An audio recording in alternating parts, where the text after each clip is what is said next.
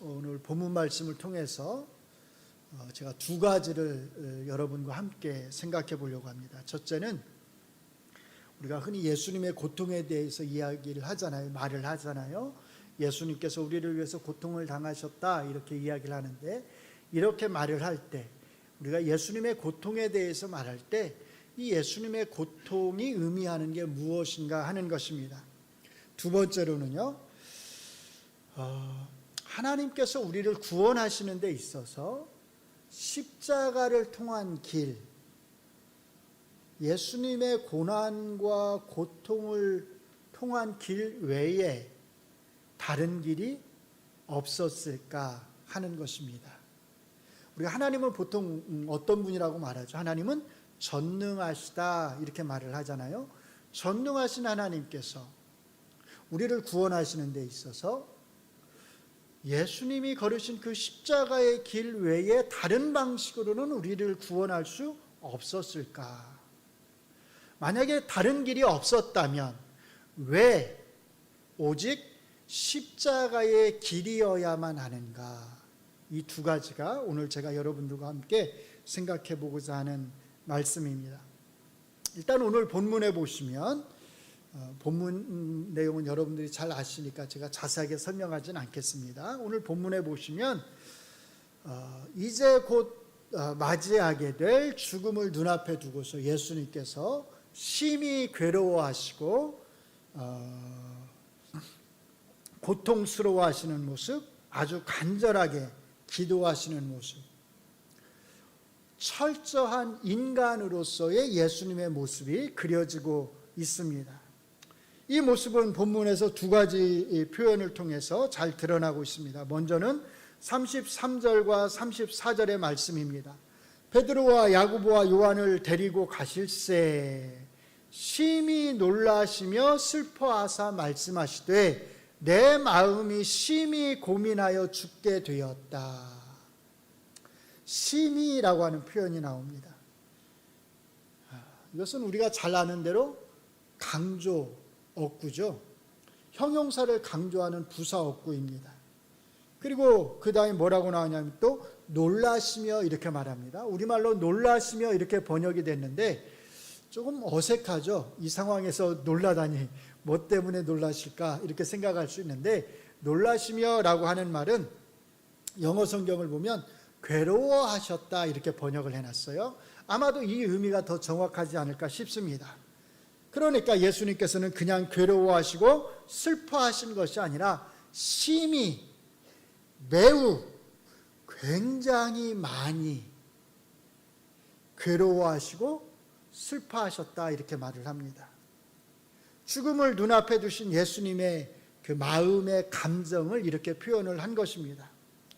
이 감정은 다시 한번 이렇게 또 표현이 됩니다. 내 마음이 심히 고민하여 죽게 되었으니. 죽게 되었으니 그 말은 우리가 흔히 하는 말로 말하면 죽을 지경이다 이런 뜻입니다. 우리가 죽을 지경이라는 말을 많이 쓰지요. 너무 많이 쓰죠. 사실은 어느 때 많이 쓰냐면 어떤 상황을 극단적으로 표현할 때 우리가 죽을 지경이다 이런 표현을 많이 씁니다. 가장 대표적인 것이 배가 고파서 죽을 지경이다. 우리가 이렇게 이야기를 해요. 또 누군가가 보고 싶어서 죽을 지경이다. 또 답답해서 죽을 지경이다. 그러니까 많이 우리가 죽을 지경에 놓이게 되죠. 이렇게 죽을 지경이다라고 하는 표현은 정말로 어떤 극단적인 상황을 표현할 때 우리가 쓰는 표현입니다. 예수님께서 내가 심히 고민하여 죽을 지경이다, 죽게 되었다 이렇게 말씀하셨을 때 예수님께서는 지금 자기의 죽음을 눈앞에 두고서 예수님이 느끼시는 그 고민, 고통, 번민의 극단을, 그것이 얼마나 심한지를 이런 식으로 죽을 지경이다라고 하는 표현을 통해서 예수님께서 지금 드러내신 것입니다. 예수님이 우리와 조금도 다름이 없는 철저한 인간이었다고 하는 것을 이것들은 우리에게 보여주는 것입니다. 또 다른 구절의 말씀이 있습니다. 36절을 보시면 아빠 아버지여, 아버지께는 모든 것이 가능하오니 이 잔을 내게서 옮기시옵소서. 그러나 나의 원대로 마옵시고 아버지의 원대로 하옵소서.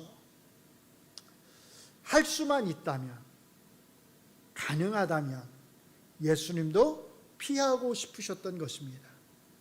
예수님도 죽음을 피하고 싶으셨던 것입니다. 왜냐하면 예수님은 우리와 조금도 다를 바가 없는 철저한 인간이셨기 때문입니다. 그렇기 때문에 가장 고통스러운 십자가의 죽음을 눈앞에 두시고 인간이라면 누구나가 가질 수 있는 그 죽음에 대한 고통, 죽음에 대한 두려움, 죽음에 대한 공포를 예수님께서도 똑같이 느끼셨던 것입니다. 자, 그런데 이제 여기에서 우리가 주의를 해야 합니다. 오늘 본문을 통해서 드러나는 이 예수님의 연약한 모습, 완전한 인간의 모습, 우리와 조금도 다름이 없는 철저한 인간으로서의 죽음을 눈앞에 두고서 심히 괴로워하시고 고통스러워하시는, 죽을 정도로 번민하시는 이 예수님의 모습은 단순히 죽음에 대한 공포와 두려움에서 온 것이 아니라는 겁니다. 여기에서 우리는 다시금 저희가 한 달쯤 전에 다루었던 그 앞에 나오는 이야기, 어떤 이야기인지 아시죠? 마가복음 14장 27절로 31절에 나오는 그 이야기에서 전해주었던 그 메시지를 한번 메시지로 돌아갈 필요가 있습니다. 바로 앞에 나오는 본문은 우리가 그냥 겉으로 보면 마치 베드로가 예수님을 3번 부인할 것이라고 하는 것에 대해서만 말씀을 하는 것처럼 그렇게 보입니다. 그러나 3번에 걸친 베드로의 부인은 예수님이 인용하시는 스가랴 13장 7절의 말씀에 비추어서 이 내용을 우리가 이해해야 한다고 말씀을 드렸습니다. 내가 목자를 치리니 양들이 흩어지리라. 이 스가랴의 말씀에 비추어서 예수님께서는 베드로가 3번 부인할 것을 말씀하시는 것입니다. 그러니까 그 앞에 나오는 내용은 단순히 예수님이 사랑하시는 수제자인 베드로가 예수님을 3번씩이나 부인할 것이다 라고 하는 것에 대해서 말하는 것이 아니라는 겁니다. 스가랴서의 이 말씀을 통해서 예수님이 우리에게 전해주고자 하는 메시지는 뭐냐면 단순히 베드로의 3번의 부인이 아니라 예수님께서는 모든 인간에게서 예수님을 사랑했던 모든 사람들, 예수님이 사랑했던 모든 사람들, 예수님을 사랑한 그 제자들, 예수님이 사랑한 그 제자들, 그리고 예수님과 가까웠던 그 모든 사람들에게서 예수님은 철저히 버림을 받고서 정말로 철저하게 홀로 남게 될 것이다 라고 하는 것을 우리에게 말해주는 것이었습니다. 오늘 본문의 말씀은 바로 이런 예수님의 철저한 버림받음이라고 하는 앞에 나오는 그 주제와의 연속선상에 있다고 하는 것을 우리가 기억해야 합니다. 왜냐하면 앞선 본문이 예수님께서 철저하게 사랑하는 제자들에게서 뿐만 아니라 심지어 베드로에게서 3번씩 부인을 당할 뿐만 아니라 모든 사람에게서 철저하게 버림을 받으신다고 하는 것을 보여주고 있다면 오늘은 그 연속선상에서 오늘의 본문은 우리에게 예수님이 이제 하나님에게서까지도 성부 하나님에게서까지도 철저하게 버림을 받으신다라고 하는 메시지를 우리에게 보여주고 있기 때문입니다. 하나님에게까지도 철저하게 버림을 받는다고 하는 것은 하나님과의 완전한 단절을 의미합니다. 그것은 소통의 단절이고 관계의 단절입니다. 왜냐하면 이제 십자가에서 죽게 될 예수님은 모든 인간의 죄를 짊어지고 감당하시고 죽으시는 예수님이기 때문입니다. 죄는 죄는 우리와 하나님 사이의 관계를 어떻게 하게 만들죠? 단절하게 만듭니다. 죄는 우리와 하나님 사이의 소통을 끊어지게 만듭니다.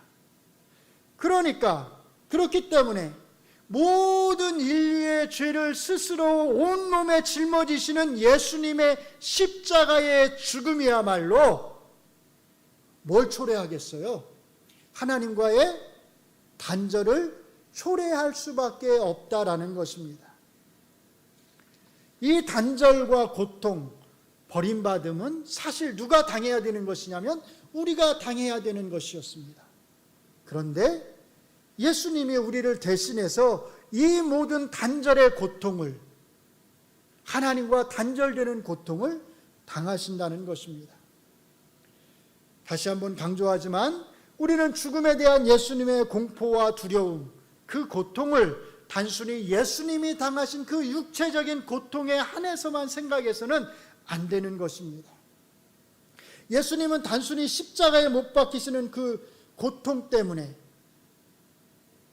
쾅쾅 이렇게 대못이 예수님의 양손에 그리고 두 발목에 박힐 때 느끼게 되는 그 고통 때문에 예수님은 죽음을 두려워한 것이 아니라는 것입니다.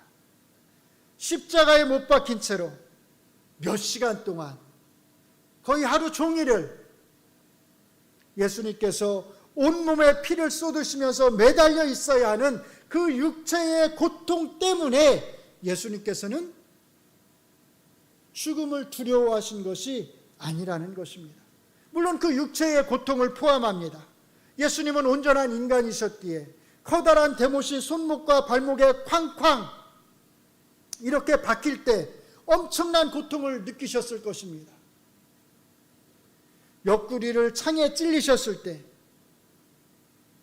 모든 인간이라면 느끼는 그 고통을 예수님께서는 똑같이 느끼셨습니다.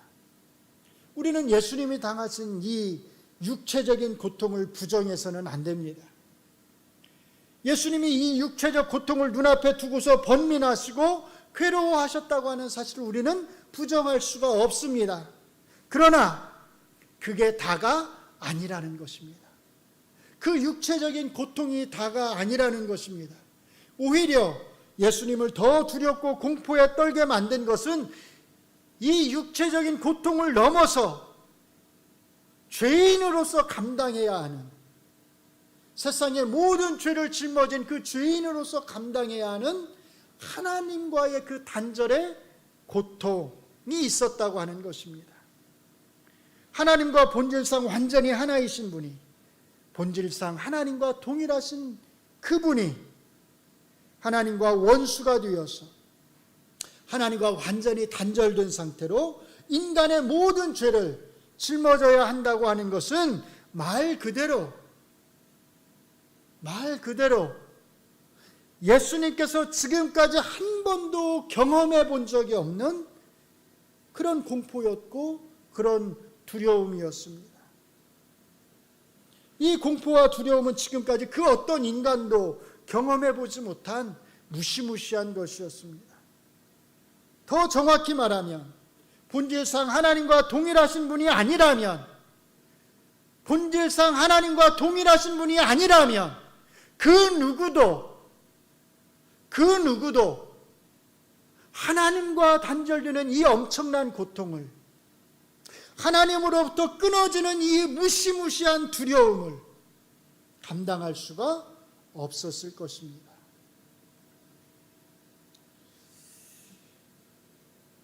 예수님이 아버지께는 모든 것이 가능하오니 이 잔을 내게서 옮기시옵소서라고 이렇게 기도했을 때 예수님이 말씀하신 이 잔이 가리키는 것이 바로 이 하나님과의 단절의 고통이었습니다. 물론 여기에서 잔은 1차적으로 예수님이 당하시게 되는 고난과 고통을 상징합니다. 그러나 단순히 이것만을 상징하는 것은 아닙니다. 오히려 더 넓은 의미를 가지고 있습니다. 왜냐하면 구약 성경에 보면 잔이라고 말을 할 때 그 잔이라고 하는 것은 하나님의 원수들, 하나님의 적들을 향해서 쏟아지는 하나님의 진노를 가리키기 때문입니다. 바로 이 진노의 잔, 하나님이 원수를 향해서 쏟아 부으시는 이 진노의 잔을 마셔야 하는 고통이 예수님에게는 그 어떤 고통보다 컸던 것입니다. 그래서 우리는 이제 한 가지 질문을 던지게 됩니다. 이 잔을, 이 진노의 잔을 피할 수 있는 길은 없었을까? 하나님은 다른 방식으로 이 진노의 잔 말고 다른 방식으로는 우리의 구원을 이루실 수 없으셨을까? 오늘 본문에 나오는 기도에서 예수님은 이렇게 말씀하십니다. 아빠 아버지여 아버지께는 뭐라고요? 모든 것이 가능하오니, 모든 것이 가능하오니. 이 잔을 내게서 옮길 수 있으면 옮겨달라는 겁니다. 아버지께는 모든 것이 가능하다는 이 말씀은 마치 아버지께서 원하신다면, 하나님께서 원하신다면 이 진노의 잔을 예수님이 피해갈 수 있도록 하실 수 있다고 하는 말씀처럼 그렇게 들립니다. 아버지께서 원하시기만 한다면 십자가의 길이 아닌 다른 방식으로도 우리의 구원을 이루실 수 있다는 말처럼 그렇게 들립니다. 그런데 정말 그럴까요? 십자가의 고통, 성부와 성자가 완전히 단절되는 고통을 겪지 않고서도 예수님이 우리의 구원을 이루실 수 있는 또 다른 가능한 방법이 있었을까요? 다른 방법이 있는데도 불구하고 하나님께서는 십자가의 길이라고 하는 이 방법을 통해서, 진노의 잔을 마시는 이 방법을 통해서 우리의 구원을 이루신 것일까요? 만약에 다른 구원의 방법이 없었다면 왜 십자가의 길만이 하나님이 원하시는 유일한 구원의 방법이었을까요? 사실 이게 우리에게 굉장히 중요한 물음입니다. 먼저 우리는 분명히 해야 할 것이 있습니다. 십자가 외에 다른 구원의 방법이 없었다라는 것입니다.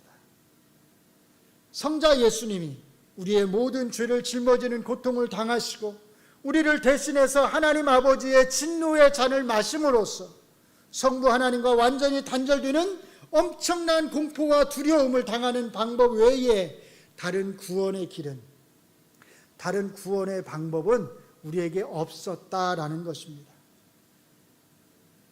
그러면 혹시 어떤 분은 이렇게 질문할지 모르겠습니다. 하나님은 전능하신 분인데, 하나님은 모든 것을 하실 수 있는 분인데, 하나님이 원하시기만 한다면 다른 구원의 방법이 또 있지 않았을까요? 어떻습니까? 여러분 생각은 어떠신가요? 하나님은 전능하신 분이니까 정말로 하나님이 원하시기만 했다면, 하나님의 뜻이었다고만 한다면 하나님은 다른 방법으로도, 또 다른 방법으로도 우리의 구원을 이룰 수 있지 않았을까요? 하나님의 전능을 이런 식으로 생각하는 것은 우리가 하나님의 전능의 의미를 오해하는 데에서 오는 것입니다. 하나님이 전능하신 것은 맞습니다. 하나님은 전능하십니다. 그러나 하나님의 전능은 정말로 하나님이 문자 그대로 모든 일을 다 하실 수 있다고 하는 것을 의미하지는 않습니다. 하나님이 전능하다고 해서, 하나님이 전능하시다고 해서 하나님이 악을 행하실 수 있을까요? 그러실 순 없겠죠. 하나님이 전능하시다고 해서 하나님이 거짓말을 하실 수 있을까요? 그럴 수 없겠죠. 하나님이 전능하시다고 해서 하나님이 불의를 행하실 수 있을까요? 그러실 수 없습니다. 하나님이 전능하신 것은 맞지만 그렇다고 해서 하나님이 악을 행하시거나 거짓말을 행하실 수는 없습니다. 다시 말해서 우리가 말하는 하나님의 전능이란 문자 그대로 하나님이 모든 것을 하실 수 있다는 의미가 아니라 바로 이런 의미에서 우리는 하나님의 전능을 사용하는 것입니다. 같이 한번 읽어보겠습니다. 시작. 하나님의 전능이란 문자 그대로 하나님이 모든 것을 하실 수 있다는 의미가 아니라 뭐라고요? 하나님의 본성에 맞는, 그리고 하나님의 공의에 맞는 모든 일을 하실 수 있다는 뜻입니다. 아시겠죠? 잘 기억해 두시기 바랍니다.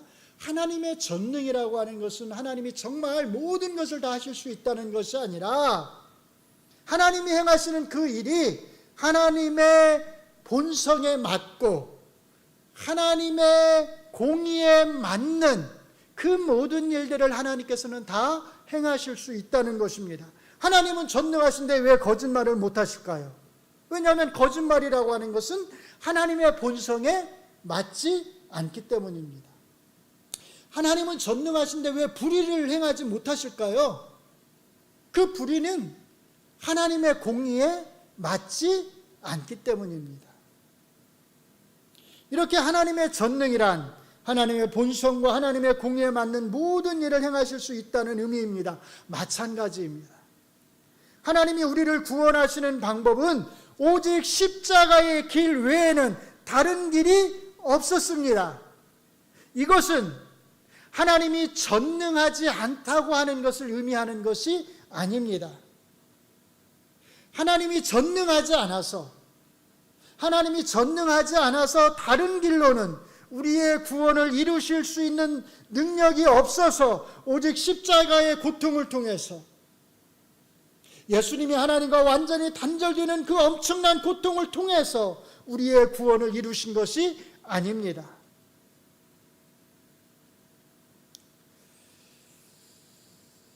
하나님의 전능의 의미에 비추어서 보면 바로 이런 이유 때문에 하나님께서는 십자가의 길을 통해서 구원을 이루신 것입니다. 같이 한번 읽어보겠습니다. 시작.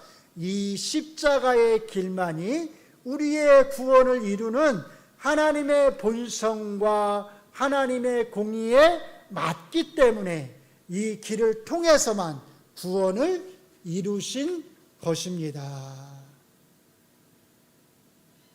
그렇기 때문에 하나님은 무능해서도 아니고 전능하지 않아서도 아니고 바로 이 길이, 십자가의 길이 하나님의 본성과 공의에 맞기 때문에 오직 이 길을 통해서만 구원을 이루신 것입니다. 모든 인간의 죄를 용서하고 하나님의 공의를 만족시킬 수 있는 유일한 길은 하나님과 동일 본질이신 예수님이 완전한 인간의 몸을 입으시고 이 땅에 오셔서 인간이 가질 수 있는 모든 인간적인 감정들, 그 고통들, 그 번민, 괴로움, 그 모든 것을 친히 감당하시면서 하나님과의 완전한 단절의 공포와 두려움까지 느끼시는 것, 바로 이것이 죄를 용서하시는 하나님의 본성과 공의에 맞기 때문에 예수님은 이 잔을 마신 것이고 하나님은 이 길을 통해서 우리의 구원을 이루신 것입니다. 아빠, 아버지께는 모든 것이 가능하오니 이 잔을 내게서 옮기시옵소서라고 하는 예수님의 이 간절한 기도를 하나님이 들어주실 수 없었던 이유가 바로 여기에 있습니다.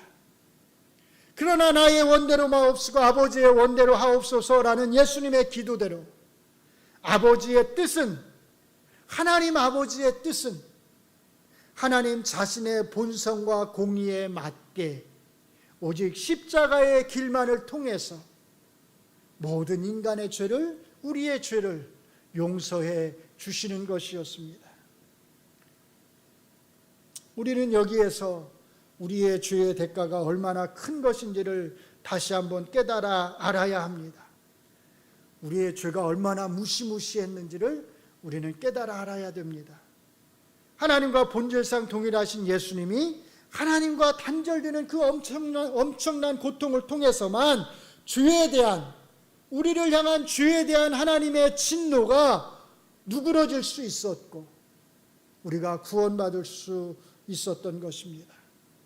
우리의 주의 대가가 얼마나 엄청났는지를 늘 기억하면서 역으로 우리를 향한 하나님의 은혜가 얼마나 놀라운 것이었는지를 기억하면서 우리가 다시는 죄를 범하지 않도록 늘 주의해야 할 것입니다.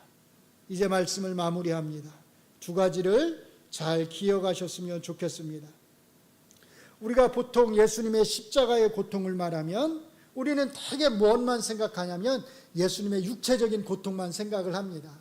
그 육체적인 고통만 생각하면서 예수님이 얼마나 육체적으로 힘드셨을까, 얼마나 아프셨을까, 우리는 되게 그 선에서 멈추어 버립니다. 그러나 사실은 더 큰 고통들이 있었습니다. 첫째는 예수님이 사랑하는 모든 사람들과 단절되는 고통이었고, 두 번째는 성부 하나님과 단절되는 고통이었습니다. 어쩌면 예수님에게 이런 고통들이, 이 단절의 고통들이 예수님이 당하신 그 육체의 고통보다도 더 큰 고통이었을 것입니다. 무엇보다도 본질상 동일하신 성부 하나님과의 단절의 고통은 우리가 감히 생각할 수 없는, 우리가 감히 상상할 수 없는 그런 엄청난 고통이었습니다. 예수님의 고통에는 언제나 이런 넓은 의미가 있다고 하는 것을 기억하면서 우리가 예수님의 고통에 대해서 묵상할 때는 이런 고통까지도 함께 묵상해야 할 것입니다. 다음으로 기억해야 할 것은 하나님의 구원의 방법은 십자가의 길 위에는 없었다는 것입니다. 이것은 하나님이 전능하시지 않다고 하는 것을 의미하지 않습니다. 하나님이 전능하시다고 해서 우리를 구원할 수 있는 다른 여러 방법을 가지고 있었던 것은 아닙니다. 오직 십자가의 길만이 우리를 구원하는 유일한 길이었습니다. 왜냐하면 오직 이 십자가의 길만이 하나님의 본성과 하나님의 공의에 맞는 유일한 길이었기 때문입니다. 우리의 구원은 바로 이렇게 이루어졌다고 하는 것을 잘 기억하시면서 하나님이 이루어 주신 이 죄로부터의 구원을 우리가 늘 기억하고 다시는 죄를 범하지 않도록 늘 우리 자신을 돌아볼 수 있기를 바랍니다.